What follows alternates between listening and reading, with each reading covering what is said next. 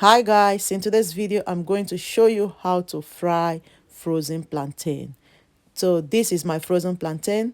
If you don't know how to fry frozen plantain, it's just going to soak up in the oil and everything will be messed up. So I'm going to show you how to fry it and it will come out nice. Don't put too much oil in the pot. When your oil is heated, reduce the heat of the stove, because if you leave it, the plantain will just be golden brown at the outside, then on the inside it still be frozen.